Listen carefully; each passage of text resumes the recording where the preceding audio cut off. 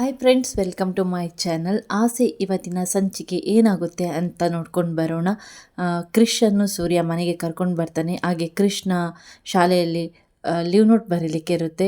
ಹಾಗೆ ಮೀನನ ಹತ್ರ ಹೇಳ್ತಾನೆ ಸೂರ್ಯ. ಅದಕ್ಕೆ ರೋಹಿಣಿ ಹತ್ರ ಹೇಳ್ತಾಳೆ, ರೋಹಿಣಿ ಅವರೇ ನೀವೇ ಒಂದು ಲೀವ್ ನೋಟ್ ಬರೆದು ಕೊಡಿ ಅಂತ ಹೇಳಿ. ಅದಕ್ಕೆ ಸೂರ್ಯ ಹೇಳ್ತಾನೆ, ನಾನು ಬರೀತಿದ್ದೆ, ಆದರೆ ನಾನು ಅಷ್ಟಾಗೆ ಓದಲಿಲ್ಲ. ನನ್ನನ್ನು ಈ ತಾಯಿ ಮತ್ತು ಮಗ ಓದೋಕೆ ಬಿಡಲಿಲ್ಲ. ನಾನು ಓದ್ತಿದ್ರೆ ಏನು ಬೇಕಾದರೂ ಬರೀತಿದ್ದೆ ಅಂತ ಹೇಳ್ತಾನೆ ಸೂರ್ಯ. ಅನಂತರ ರೋಹಿಣಿಯೇ ಬರೆದು ಕೊಡ್ತಾಳೆ ಲೀವ್ ನೋಟ್. ಹಾಗೆ ಸೂರ್ಯ ಕೃಷ್ಣ ಹತ್ರ ಕೇಳ್ತಾನೆ, ನಿನ್ನ ಅಮ್ಮನ ಹೆಸರೇನು ಅಂತ ಹೇಳಿ. ಆಗ ಆ ಮಗು ಹೇಳ್ತದೆ, ನನ್ನ ಅಮ್ಮನ ಹೆಸರು ಕಲ್ಯಾಣಿ, ಅಪ್ಪನ ಹೆಸರು ಶೇಖರ್ ಅಂತ ಹೇಳ್ತದೆ. ಹಾಗೆ ರೋಹಿಣಿ ಲೀವ್ ನೋಟ್ ಎಲ್ಲ ಬರೆದು ಕೊಡ್ತಾಳೆ. ಯು ವಾಸ್ ಫೇತ್ಫುಲಿ ಅನ್ನೋ ಸೈನಲ್ಲಿ ರೋಹಿಣಿಯ ಸೈನ್ ಮಾಡ್ತಾಳೆ. ಆಗ ಮನೆಯವರೆಲ್ಲರಿಗೂ ಶಾಕ್ ಆಗುತ್ತೆ, ಇದು ಯಾಕೆ ಹೀಗೆ ಆಯಿತು ಅಂತ ಹೇಳಿ. ಹಾಗೆ ರೋಹಿಣಿ ಹೇಳ್ತಾಳೆ, ನಾನು ಅದು ಗೊತ್ತಿಲ್ಲದೆ ಎಲ್ಲ ಕಡೆ ಸೈನ್ ಮಾಡ್ತೇನಲ್ವಾ, ಅದೇ ರೀತಿಯಾಗಿ ಸೈನ್ ಮಾಡಿಬಿಟ್ಟೆ ಅಂತ ಹೇಳ್ತಾಳೆ. ಅಷ್ಟೇ ಅಲ್ಲ, ಲೀವ್ ನೋಟಲ್ಲಿ ರೋಹಿಣಿ ಸರಿಯಾಗಿ ಮೆನ್ಷನ್ ಮಾಡಿರ್ತಾಳೆ ಕ್ರಿಶ್ ಅಮ್ಮ ಅಂತ ಹೇಳಿ. ಅದಕ್ಕೆ ಶ್ರುತಿ ಕೇಳ್ತಾಳೆ, ಆಗ ಬರ್ದಿದ್ದೀರಾ? ಕ್ರಿಶ್ ಹೇಳಿದ್ದು ಅವನ ತಾಯಿ ಹೆಸರು ಕಲ್ಯಾಣಿ ಅಂತ ಅಲ್ವಾ, ನೀವ್ಯಾಕೆ ಆಗ ಬರ್ದಿದ್ದೀರಾ ಅಂತ ಕೇಳ್ತಾಳೆ. ಅದಕ್ಕೆ ರೋಹಿಣಿ ಹೇಳ್ತಾಳೆ, ಮತ್ತೆ ರೋಹಿಣಿ ಮನೋಜ್ ಹತ್ರ ಹೇಳ್ತಾಳೆ, ಏನಿಲ್ಲ ಮನೋಜ್, ನನಗೆ ನನ್ನ ಹೆಸರು ಸೈನ್ ಹಾಕಿ ಅಭ್ಯಾಸ ಅಲ್ವಾ, ಅದೇ ರೀತಿಯಾಗಿ ಇದರಲ್ಲಿ ಕೂಡ ಅದೇ ರೀತಿಯಾಗಿ ಬರ್ದಿದ್ದೇನೆ ಅಂತ ಹೇಳಿ ರೋಹಿಣಿ ಹೇಳ್ತಾಳೆ. ಹಾಗೆ ಶಾಂತಿ ಮನೋಜ್ಗೆ ಬೈತಾಳೆ, ಏನೋ ಮನೋಜ, ನಿನ್ನ ಹೆಂಡತಿ ಬರೆಯುವುದನ್ನೇ ನೋಡ್ಕೊಂಡು ಇಲ್ಲೇ ನಿಂತ್ಕೊಂಡಿದ್ಯಲ್ವಾ, ಶೋರೂಮ್ಗೆ ಲೇಟ್ ಆಗ್ತದೆ, ನೀನು ಹೊರಡು ಅಂತ ಹೇಳಿ ಮನೋಜನ್ನು ಶೋರೂಮ್ಗೆ ಹೋಗ್ಲಿಕ್ಕೆ ಹೇಳ್ತಾಳೆ ಶಾಂತಿ. ಹಾಗೆ ಮನೋಜ್ ಅಲ್ಲಿಂದ ಶೋರೂಮ್ಗೆ ಹೊರಟೋಗ್ತಾನೆ.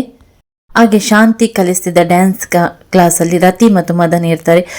ಡ್ಯಾನ್ಸ್ ಮಾಡುವಾಗ ರತಿಗೆ ತಲೆ ತಿರುಗಿ ಬೀಳ್ತಾಳೆ. ಹಾಗೆ ಡಾಕ್ಟ್ರು ಕೂಡ ಬರ್ತಾರೆ. ಡಾಕ್ಟ್ರು ಬಂದು ಅವಳನ್ನು ತಪಾಸಣೆಗೆ ಒಳಪಡಿಸ್ತಾರೆ. ಆಗ ಶಾಂತಿ ಕೇಳ್ತಾಳೆ, ಏನಾಯಿತು ಡಾಕ್ಟ್ರ್ ಅಂತ ಹೇಳಿ. ಇವಳು ಏನಾಗಬೇಕು ನಿಮಗೆ ಅಂತ ಕೇಳ್ತಾರೆ ಡಾಕ್ಟ್ರು. ಇವಳು ನಮ್ಮ ಸ್ಟೂಡೆಂಟ್ ಅಂತ ಹೇಳ್ತಾರೆ. ಹೌದಾ ಅಂತ ಹೇಳಿ ಡಾಕ್ಟ್ರು ಹೇಳ್ತಾರೆ. ಹಾಗೆ ಡಾಕ್ಟ್ರು ಕೇಳ್ತಾರೆ ಶಾಂತಿ ಹತ್ರ, ಈ ಹುಡುಗಿ ನಿಮ್ಮ ಮಗಳ ಅಂತ ಹೇಳಿ. ಅದಕ್ಕೆ ಶಾಂತಿ ಹೇಳ್ತಾಳೆ, ಇಲ್ಲ ನನ್ನ ಮಗಳಲ್ಲ, ಆದರೆ ನನ್ನ ಮಗಳ ಥರನೇ ಇವಳು ಡ್ಯಾನ್ಸ್ ಕಲಿಯೋಕ್ಕೆ ಬರ್ತಾ ಇದ್ದಾಳೆ ಅಂತ ಹೇಳ್ತಾಳೆ ಶಾಂತಿ. ಅದಕ್ಕೆ ಡಾಕ್ಟ್ರು ಹೇಳ್ತಾರೆ, ಗಾಬರಿ ಆಗೋದು ಏನೂ ಇಲ್ಲ, ಒಳ್ಳೆ ಸುದ್ದಿನೇ, ಇವಳು ಈಗ ಪ್ರೆಗ್ನೆಂಟ್ ಆಗಿದ್ದಾಳೆ, ನೀವು ಅಜ್ಜಿ ಆಗ್ತಿದ್ದೀರಾ ಅಂತ ಹೇಳ್ತಾಳೆ ಡಾಕ್ಟ್ರು. ಫಸ್ಟಿಗೆ ಶಾಂತಿಗೆ ಏನು ಅರ್ಥ ಆಗೋದಿಲ್ಲ, ಅಂದರೆ ಡಾಕ್ಟ್ರ್ ಹೇಳೋದು. ಓ ಹೌದಾ ಅಂತ ಹೇಳಿ ಕೇಳ್ತಾಳೆ. ಆನಂತರ ಅವಳಿಗೆ ಫ್ಲ್ಯಾಶ್ ಆಗ್ತದೆ, ಏನು ಅಂತ ಹೇಳಿ ಶಾಂತಿ ಕೂಡ ಅಲ್ಲೇ ತಲೆ ತಿರುಗಿ ಬೀಳ್ತಾಳೆ. ಹಾಗೆ ರತ್ತಿ ಬಂದು ಮದನ್ ಹತ್ರ ಹೇಳ್ತಾಳೆ, ಈ ವಿಷಯ ನನ್ನ ಅಪ್ಪ ಅಮ್ಮನಿಗೆ ಗೊತ್ತಾದರೆ ಅಷ್ಟೇ ನನ್ನನ್ನು ಸಾಯಿಸೇ ಬಿಡ್ತಾರೆ ಅಂತ ಹೇಳ್ತಾಳೆ. ಹಾಗೆ ಶಾಂತಿಗೆ ನೀರೆಲ್ಲ ಹಾಕಿ ಕಸ್ತೂರಿ ಅವರು ಉಪಚರಿಸ್ತಾರೆ. ಹಾಗೆ ಶಾಂತಿ ಕೂಡ ಎಚ್ಚರಾಗ್ತಾಳೆ. ಎಲ್ಲೇ ಅವಳು ಅಂತ ಕೇಳ್ತಾಳೆ ಶಾಂತಿ. ಅದು ಯಾರು ಅಂತ ಕೇಳ್ತಾಳೆ ಕಸ್ತೂರಿ. ಅವಳೇ ಕಣೆ, ಪ್ರೆಗ್ನೆಂಟ್ ಆಗಿದ್ದಾಳಲ್ಲ ಆ ರತಿಯನ್, ಅವರನ್ನೆಲ್ಲ ಮನೆ ಕಳಿಸ್ಬಿಟ್ಟೆ ಅಂತ ಹೇಳ್ತಾಳೆ ಕಸ್ತೂರಿ. ಅದಕ್ಕೆ ಶಾಂತಿಗೆ ಕೋಪ ಬರುತ್ತೆ.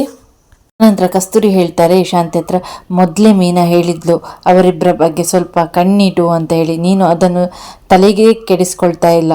ಅದೇ ರೀತಿ ಸೂರ್ಯ ಕೂಡ ಹೇಳಿದ, ಎಲ್ಲ ರೂಮ್ಗೆ ಬೀಗ ಹಾಕಿ ಡ್ಯಾನ್ಸ್ ಕ್ಲಾಸ್ ಒಂದನ್ನು ಬಿಟ್ಟು ಅಂತ ಹೇಳ್ತಾಳೆ ಕಸ್ತೂರಿ.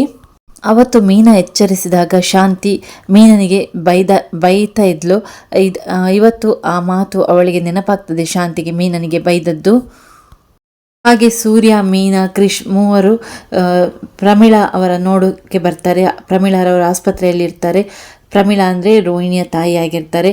ಅವರ ಹತ್ರ ಮೀನಾ ಮತ್ತು ಸೂರ್ಯ ಇಬ್ಬರು ಕೂಡ ಮಾತಾಡ್ತಾರೆ. ಪ್ರಮೀಳಮ್ಮ ಕೂಡ ಅವರೊಟ್ಟಿಗೆ ಚೆನ್ನಾಗೇ ಮಾತಾಡ್ತಾರೆ.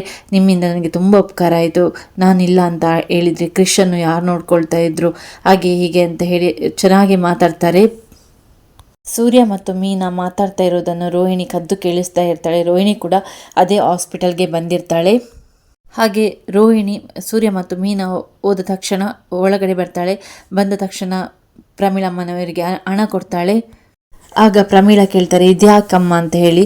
ನಿನ್ನನ್ನು ಇಷ್ಟು ದಿವಸ ಉಪಚಾರ ಮಾಡಿದಾನಲ್ಲ ಸೂರ್ಯ, ಅವನಿಗೆ ಸ್ವಲ್ಪ ಹಣ ಕೊಡು, ಮಿಕ್ಕಿದ್ದು ನಿನ್ನ ಖರ್ಚಿಗೆ ಇಟ್ಕೋ ಅಂತ ಹೇಳ್ತಾರೆ. ಅದಕ್ಕೆ ರೋಹಿಣಿಯ ತಾಯಿ ಹೇಳ್ತಾರೆ, ಇವಾಗಲಾದರೂ ನಿನ್ನ ಸತ್ಯ ಏನು ಅಂತ ಹೇಳು ಸೂರ್ಯ ಮೀನನ ಹತ್ರ, ಅವರು ತುಂಬ ಒಳ್ಳೆಯವರು, ನಿನಗೆ ಹೆಲ್ಪ್ ಮಾಡ್ತಾರೆ ಹಾಗೆ ಹೀಗೆ ಅಂತ ಹೇಳ್ತಾರೆ. ಆದರೆ ರೋಹಿಣಿ ಮಾತ್ರ ಅವರ ಮಾತನ್ನು ಕೇಳಿಸುವುದಿಲ್ಲ. ನನ್ನ ಜೀವನವನ್ನು ನಾನೇ ಹಾಳು ಮಾಡಿಕೊಳ್ಳ, ಎಲ್ಲ ಸೂಜಿಗಳು ಇಂಜೆಕ್ಷನ್ ಸೂಜಿಗಳಾಗುವುದಿಲ್ಲ ಹಾಗೆ ಹೀಗೆ ಅಂತೇಳಿ ಉದಾಹರಣೆ ಕೊಟ್ಟು ತಾಯಿಗೆ ವಿವರಿಸ್ತಾಳೆ. ಆನಂತರ ರೋಹಿಣಿ ಪೂಜನಿಗೆ ಕಾಲ್ ಮಾಡ್ತಾಳೆ. ಪೂಜನಿಗೆ ನಡೆದ ವಿಷಯವನ್ನೆಲ್ಲ ವಿವರಿಸ್ತಾಳೆ. ಅದು ಪೂಜಾ ಕೂಡ ರೋಹಿಣಿಗೆ ಹೆಲ್ಪ್ ಮಾಡೋ ಸ್ಥಿತಿಯಲ್ಲಿ ಇರುವುದಿಲ್ಲ. ಪೂಜಾ ಹೇಳ್ತಾಳೆ, ನೀನು ಈಗಲಾದರೂ ಸತ್ಯವನ್ನು ಹೇಳಿಬಿಡು ಅಂತ ಹೇಳಿ. ಈ ಸಲ ಪೂಜಾ ಕೂಡ ರೋಹಿಣಿಗೆ ಖಡಕ್ಕಾಗಿ ಮಾತನ್ನು ಆಡಿರ್ತಾಳೆ. ನಾನು ಕೆಲಸದ ನಿಮಿತ್ತ ಹೈದರಾಬಾದಿಗೆ ಬಂದಿದ್ದೇನೆ, ನಾನು ನಿನಗೆ ಯಾವ ವಿಧದಿಂದಲೂ ಸಹಾಯ ಮಾಡೋಕ್ಕಾಗೋಲ್ಲ. ಅದೇ ರೀತಿಯಾಗಿ ನೀನು ಎಲ್ಲ ವಿಷಯವನ್ನು ಈಗಲಾದರೂ ಹೇಳಿಬಿಡು, ಒಂದು ಒಳ್ಳೆಯ ಸಮಯ ಇವಾಗಲಾದರೂ ಹೇಳ್ಬಿಟ್ರೆ ನಿನ್ನ ತಪ್ಪನ್ನು ಅವರು ಮನ್ನಿಸ್ಬೋದು ಅಂತ ಹೇಳ್ತಾಳೆ ಪೂಜಾ. ಶಾಂತಿ ಮನೆಗೆ ಬಂದು ಗಾಬರಿಯಿಂದ ಹಾಸಿಗೆಯಲ್ಲಿ ಮಲಗಿರ್ತಾಳೆ. ಆಗ ರಂಗನಾಥ್ ಅವರು ಕೂಡ ಅವರ ಪಕ್ಕದಲ್ಲಿ ಇರ್ತಾರೆ. ಆಗ ಶಾಂತಿ ನಡೆದಂಥ ಡ್ಯಾನ್ಸ್ ಕ್ಲಾಸಲ್ಲಿ ನಡೆದಂಥ ವಿಷಯವನ್ನೆಲ್ಲ ವಿವರಿಸ್ತಾಳೆ. ಆನಂತರ ಸೂರ್ಯ ಹೇಳ್ತಾನೆ, ಓಹೋ ಇಷ್ಟೆಲ್ಲ ಆಗಿದ್ದು ಆ ಮನೆಯಿಂದಲೇನಾ, ಆ ಡ್ಯಾನ್ಸ್ ಕ್ಲಾಸಿಂದಲೇನಾ ಅಂತ ಹೇಳಿ ಸೂರ್ಯ ಹೇಳ್ತಾನೆ. ಮೀನಾ ಅವತ್ತೇ ಎಚ್ಚರಿಸಿದ್ಲು, ಮೀನನಿಗೆ ಅವತ್ತೇ ಅವರಿಬ್ಬರ ಮೇಲೆ ಡೌಟ್ ಬಂದಿತ್ತು, ಆವಾಗ ಈ ಸಕ್ಕರೆನೇ ಮೀನನಿಗೆ ಬೈದು ಕಳಿಸಿದ್ರಪ್ಪ ಅಂತ ಹೇಳಿ ಸೂರ್ಯ ಹೇಳ್ತಾನೆ.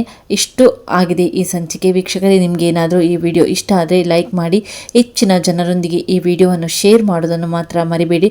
ಹಾಗೆ ಸಬ್ಸ್ಕ್ರೈಬ್ ಮಾಡದೆ ನೋಡ್ತಿದ್ದೀರಾದರೆ ದಯವಿಟ್ಟು ಚಾನಲನ್ನು ಸಬ್ಸ್ಕ್ರೈಬ್ ಮಾಡಿಕೊಂಡು ವಿಡಿಯೋ ನೋಡಿ. ತುಂಬ ವಿಡಿಯೋ ಇಷ್ಟ ಆದರೆ ಲೈಕ್ ಮಾಡೋದನ್ನು ಕೂಡ ಮರಿಬೇಡಿ. ಮತ್ತೊಂದು ಹೊಸದಾದ ವಿಡಿಯೋದೊಂದಿಗೆ ನಾನು ನಿಮ್ಮನ್ನು ಭೇಟಿ ಆಗ್ತೀನಿ. Thanks for watching.